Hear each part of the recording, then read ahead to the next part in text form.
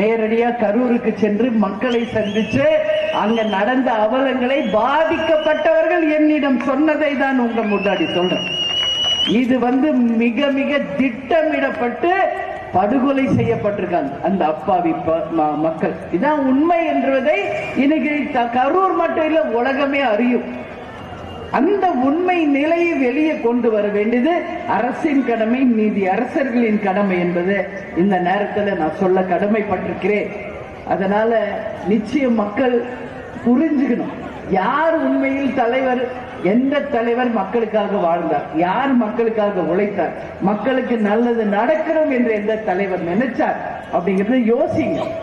உங்களை தங்க தட்டில் வைத்து தாளாட்டுவேன் என்று சொன்ன தலைவர், பெண்கள் கஷ்டப்படக்கூடாதுன்னு ரேஷன் பொருள் வீடு தேடி வரும் என்று சொன்ன தலைவர், படித்த படிக்காத இளைஞர்களுக்கு வேலை வாய்ப்பை தருவோம் என்று சொன்னவர், அனைவருக்கும் இருக்கை இருப்பிடம், குடிக்க பாதுகாக்கப்பட்ட குடி தண்ணீர், வேலை வாய்ப்பு, விவசாயம், தொழிலை முன்னேற்றுவோம் என்று சொன்ன தலைவர். அது மட்டுமில்ல, டாஸ்மாக் போதை கலாச்சாரம் இல்லாமல் தமிழ்நாட்டை சிறந்த முறையில் கொண்டு செல்வோம் என்று சொன்ன ஒரு தலைவர். இலவசம் தரமாட்டேன், அப்படி கொடுத்தால் கல்வியையும் மருத்துவத்தை இலவசமாக அனைத்து மக்களுக்கும் சமமாக தருவோம் என்று சொன்ன ஒரு உத்தம தலைவர் அவர் கேப்டன். அதனால மக்கள் அன்னைக்கு புரிஞ்சுக்கல. அட்லீஸ்ட் இனி வருகின்ற 2026 தேர்தலிலாவது புரிந்து கொண்டு ஒரு நல்ல தீர்ப்பை நிச்சயம் கொடுத்து மக்கள் நல்லவர்கள் பக்கம் நிற்கிறார்கள் என்று சரித்திரத்தை நீங்கள் உருவாக்க வேண்டும் என்று உங்கள் அனைவரையும் பார்த்து நான் கேட்டுக்கொள்கிறேன். 26 மாற்றம் தருவீர்களா? புரட்சியை தருவீர்களா? ஒரு மாபெரும் மாற்றத்தை தருவீர்களா? நல்லவர்களுக்கு வாய்ப்பு தருவீர்களா? மக்களுக்காக உழைப்பவர்களுக்கு வாய்ப்பு தருவீர்களா? சிந்தியுங்கள், வாக்களிங்கள். நல்ல கட்சிக்கு, நல்ல தலைவர் கொண்டு வந்த கட்சிக்கு வாய்ப்பு கொடுத்து இந்த கட்சி மக்களுக்கான கட்சி என்பதை நிரூபிக்க நீங்கள் அனைவரும் முரசுக்கு வாய்ப்பு தரணும் சொல்லி நான் கேட்டுக்கிறேன். இதே கிருஷ்ணகிரியில ஏன் தேமுதிக ஜெயிக்க கூடாதா? ஜெயிச்சா நம்ம எம்எல்ஏவா வர்றவங்க உங்களுக்காக உழைக்க மாட்டார்களா? சிந்திச்சு பாருங்க. அத்தனை பேரும் உண்மையாக உழைப்பார்கள், அத்தனை பேரும் உங்களுக்கு நல்லது செய்வார்கள். அதுல எந்த மாற்று கருத்தும் யாருக்கு தேவையில்லை. கேப்டனால் வளர்க்கப்பட்டவர்கள் தேமுதிகவை சேர்ந்தவர்கள் நிச்சயம் நீதி பக்கம், நியாயத்தின் பக்கம், மக்களின் பக்கம், தர்மத்தின் பக்கம் தான் அவர்கள் நிற்பார்களே ஒழிய எந்த விதமான தவறான பாதைக்கு செல்ல மாட்டார்கள் என்பதை மக்களாகிய நீங்கள் உணர வேண்டும் என்று இந்த நேரத்தில் கேட்டுக்கிறேன்.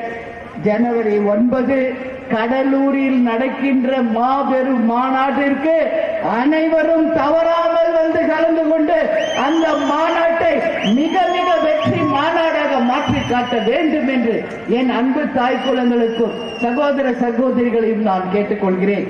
எல்லாரும் வருவீங்க இல்லையா மாநாடுக்கு? ஜனவரி 9 கடலூர்ல இருக்கிற மாநாடுக்கு எல்லாரும் வருவீங்களா? கண்டிப்பாக வர வேண்டும். உங்களை பாதுகாத்து உங்களை முறையாக வீடுகளுக்கு பத்திரமாக அனுப்பும் வரை நிச்சயம் நாங்கள் அதுக்கு பொறுப்பேற்றுக் கொள்வோம். மற்றவங்கள மாதிரி கிடையாது.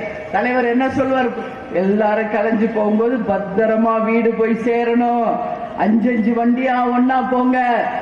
இந்த கட்சிக்காரங்க மோசமானவனுங்க யாரையும் நம்பாதீங்க. பாதுகாப்பா வீடுக்கு போங்க.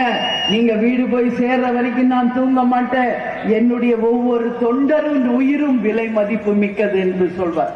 கேப்டன் மறைந்த அன்னைக்கு நீங்க பாத்தீங்க சென்னையில எப்படி ஒரு மக்கள் வெள்ளம் அப்படியே அலை பாய்ந்து கேப்டன் தீவுத்திடல இருந்து கட்சி ஆபீஸ்க்கு கொண்டு வரும்போது அப்போ போலீஸால கட்டுப்படுத்த முடியல.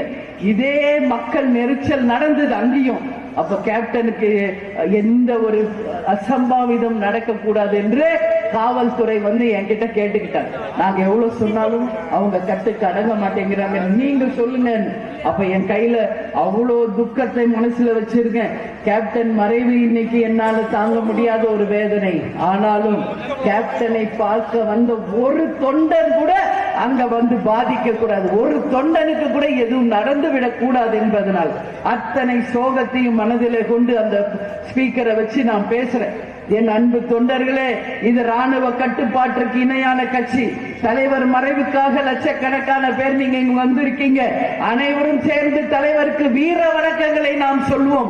ஆனால் தலைவரை பார்க்க வந்த ஒரு தொண்டர் கூட இங்க மறைந்ததாக வரலாறு இருக்கக்கூடாது. இங்க இருக்கின்ற ஒவ்வொரு உயிரும் விலை மதிப்பில்லாத உயிர்கள்.